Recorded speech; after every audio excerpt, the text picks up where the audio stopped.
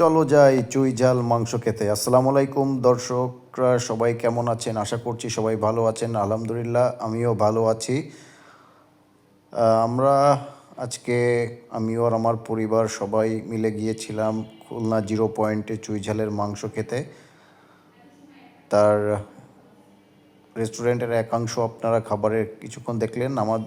আমিও আর আমার পরিবারের গন্তব্য শুরু হয়েছিল দৌলতপুর থেকে।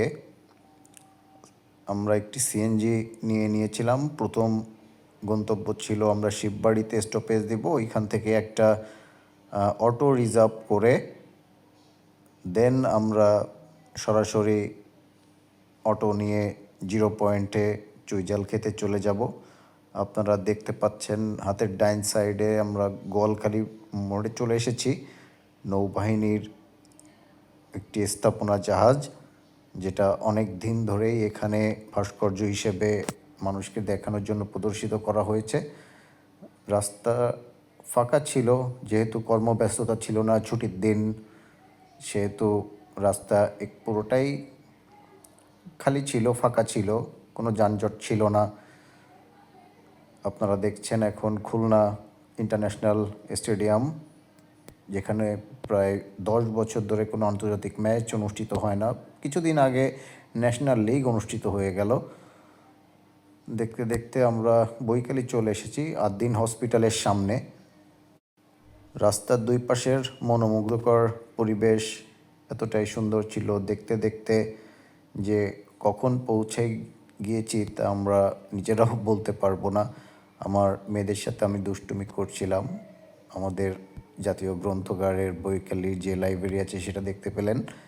এখন দেখতে পাচ্ছেন আপনারা প্রশাসনিক ভবন, সামনে পুলিশ কার্যালয়, প্রধান কার্যালয়, আর একটু সামনে এখন দেখতে পাচ্ছেন আমাদের সেই ঐতিহ্যবাহী দক্ষিণ বাংলার মডেল মসজিদটি, যেটা কিছুদিন আগেই নির্মাণ করা হয়েছে এবং আমাদের খুলনার বেতার কেন্দ্র, যেটা বাংলাদেশের সব জায়গা থেকে একযোগে পরিচালিত হয়।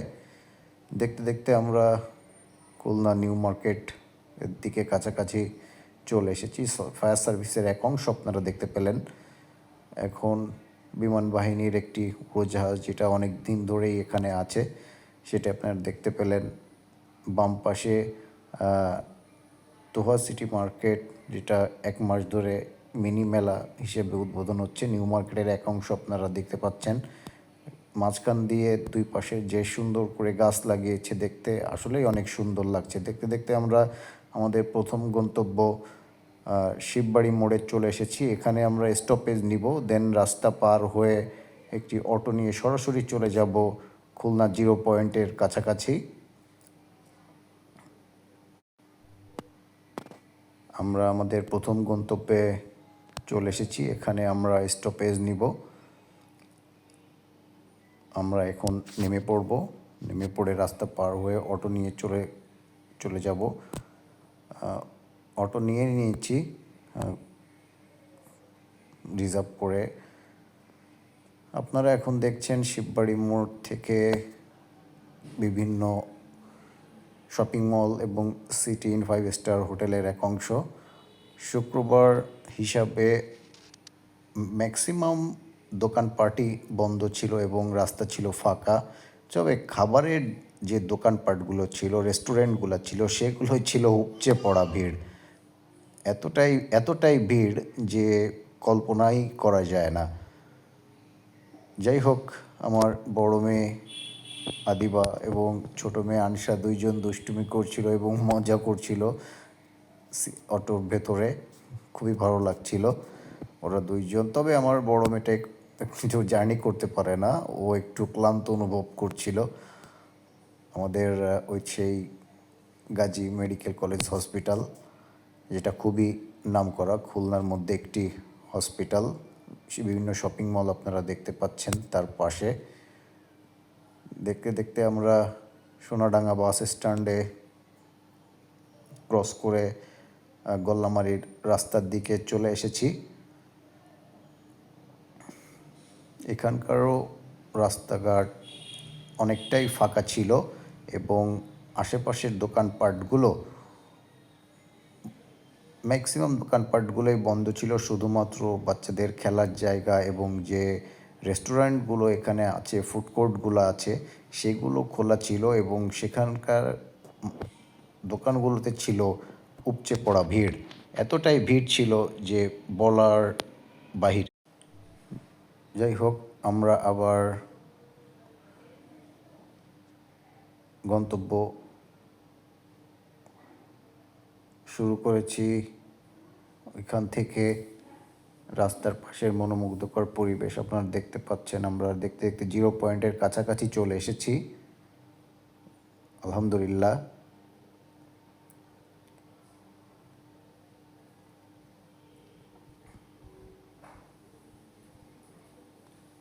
এখন খুলনা বিশ্ববিদ্যালয়ের সৌন্দর্য যে মুহূর্তগুলো, সেগুলো আপনারা দেখতে পাবেন। খুলনা বিশ্ববিদ্যালয়ের ভেতরে আপনারা যারা গিয়েছেন তারা আসলে খুব ভালো করেই জানেন খুলনা বিশ্ববিদ্যালয়ের ভেতরে খুবই সুন্দর মনোরম পরিবেশ আছে, সুন্দর সুন্দর ছবি তোলার জায়গা আছে, খেলার মাঠ আছে। এখানে একটি ফুট ওভার ব্রিজ করা হয়েছে শিক্ষার্থীদের জন্য, যেটা পারাপারের জন্য, যাতে শিক্ষার্থীদের কোনো সমস্যা না হয়, যাতে তারা নির্দ্বিধায় রাস্তাটি পার হতে পারে। অনেক সময় এখানে 2-3 জন শিক্ষার্থী রাস্তা পার হতে গিয়ে মারাও গিয়েছে। আপনারা অনেকে হয়তো বা জানেন, অনেকে হয়তো বা জানেন না। এই জন্যই এই ফুট ওভার ব্রিজটি করা হয়েছে।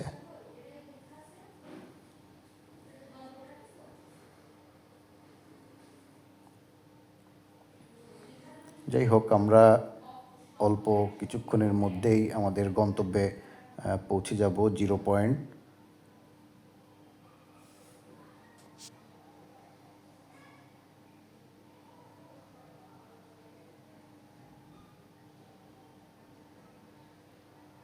আমার মেয়েকে একটু ক্লান্ত মনে হচ্ছে, ও আসলে জার্নি করতে পারে না। আমরা 0 পয়েন্টে চলে এসেছি। 0 পয়েন্টে গোল চত্বর আপনারা দেখতে পাচ্ছেন।